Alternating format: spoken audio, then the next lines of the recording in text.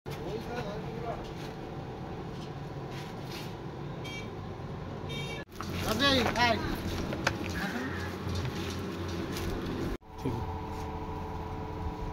କୁହ କ'ଣ କ'ଣ ତମେ ତ ମାଲିକ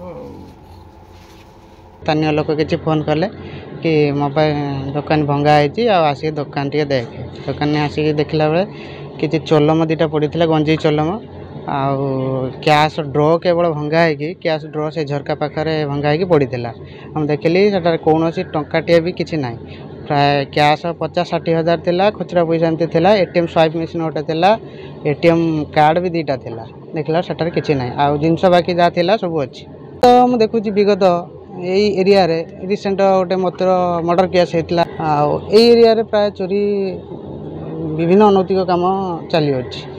କିଛି ଶୁଣିଛି ମାଧପୁର ଏରିଆରେ ବହୁତ ଚୋରି ହେଇଛି, କିନ୍ତୁ ସେମାନେ କାର୍ଯ୍ୟାନୁଷ୍ଠାନ ଉପଯୁକ୍ତ ନେଉନାହାନ୍ତି। ମୁଁ ଶୁଣିଛି ପ୍ରାୟ 5ରୁ 10 ଥର ସମସ୍ତ ଦୋକାନ ଚୋରି ହେଇଛି। ଏଇଟା କିନ୍ତୁ ମୋ ଦୋକାନରେ ଫାର୍ଷ୍ଟ ଟାଇମ୍ ଚୋରି ହେଇଛି। ଉପଯୁକ୍ତ କାର୍ଯ୍ୟାନୁଷ୍ଠାନ ନେଲେ ଚୋରମାନଙ୍କର ଆଉ ଟିକେ ଚିନ୍ତାଧାରା ରହିବ ଯେ ଆମେ ଚୋରି କଲାବେଳେ ଆମେ ଧରା ପଡ଼ୁଛୁ, ତ ଆମେ ତାଙ୍କୁ ଟିକେ ଭୟଭୀତ ହେବେ, ଡର ଲାଗିବ। ପେଟ୍ରୋଲିଂ ତ ମୁଁ ଦେଖୁଛି କାହିଁ ପେଟ୍ରୋଲିଂ ସେମିତି ବିଗତ ମୁଁ 5 ବର୍ଷ 2019ରୁ କଲିଣି, କୋଭିଡ଼ ଠାରୁ ବିଜନେସ୍ କଲିଣି, କିନ୍ତୁ ପେଟ୍ରୋଲିଂ ହେବାର ମୁଁ କେବେ ବି ଦେଖିନି।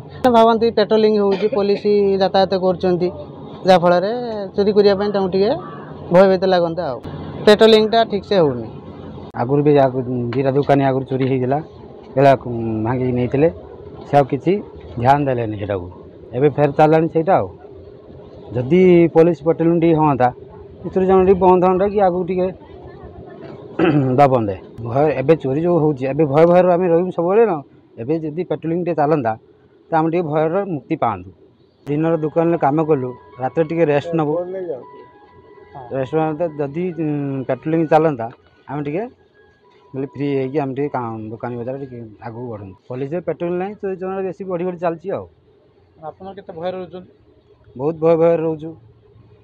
ତଥାପି ରାତି ଆମ ଲୋକାଲ ଲୋକ 10ଟା ଯାଏଁ ରହୁଛୁ। 10ଟା ପରେ ଆଉ ରହିପାରିବୁ କି ଏଠି? ଯାହାହେଲେ ବି ରେଷ୍ଟ ନେବାକୁ ପଡ଼ିବ।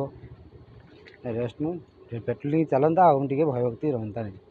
ତାକୁ ନ୍ୟାୟ ମିଳିବ। ଆଜି ତା ଦୋକାନୀ ହେଲା, କାଲି ମୋ ଦୋକାନୀ ହେବ, ତାକୁ ନ୍ୟାୟ ମିଳିବା ଦରକାର। ଆଜି ଅଳ୍ପ ଚୋରି କରୁଛି, କାଲି ବେଶୀ କରିପାରିବ, ବୁଝିଲେ?